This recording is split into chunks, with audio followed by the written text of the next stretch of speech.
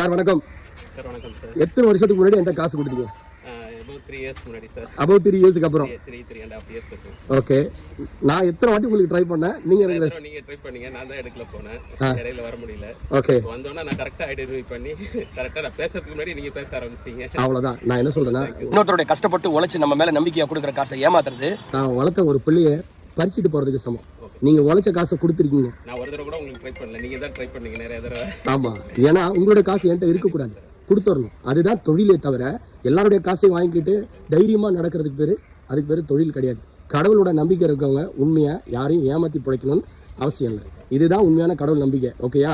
So கடவுள் நம்பிக்கைன்ற பேர்ல ஊர் உலகத்தை ஏமாத்துறதுக்கு பேரு, அது பேர் கடவுள் நம்பிக்கை கிடையாது. ஓகேயா? எனக்கு கடவுள் நம்பிக்கை இருக்குது. நீங்க எத்தனை வருஷம், 30 வருஷம் கழிச்சு வந்தாலும் நான் உங்கள்கிட்ட கை நீட்டி காசு வாங்கியிருக்கேன்னா எல்லா பொருளும் உங்களுக்கு தான். ஹாப்பியா? அதுதான் நான் கிரியேட் பண்ணி வச்சிருக்கிறது பாட்ஷாப் பை ஸ்டீஃபன். நம்புறீங்களா? நம்புறேன். தேங்க்யூ.